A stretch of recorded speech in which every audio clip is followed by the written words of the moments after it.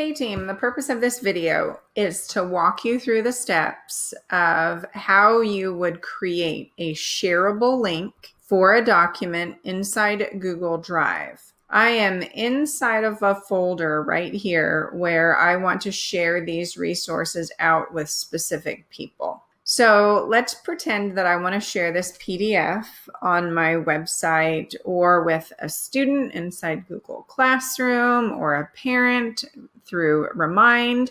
When you want to share something, you're going to click on it one time and then you're going to right click on it one time so that this menu appears.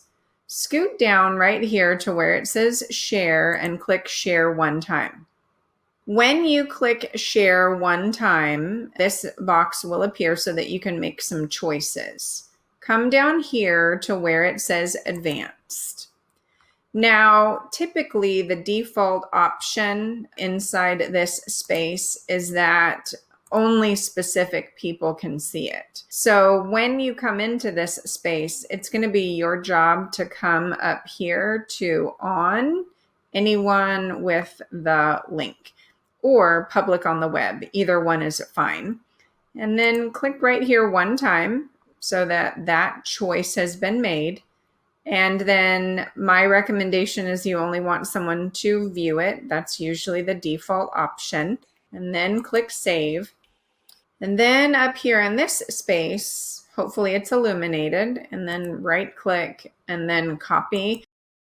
Now that you have saved your changes and you have copied that link, you can now head into an email or your website or Remind or any other tool, and you can share out that link.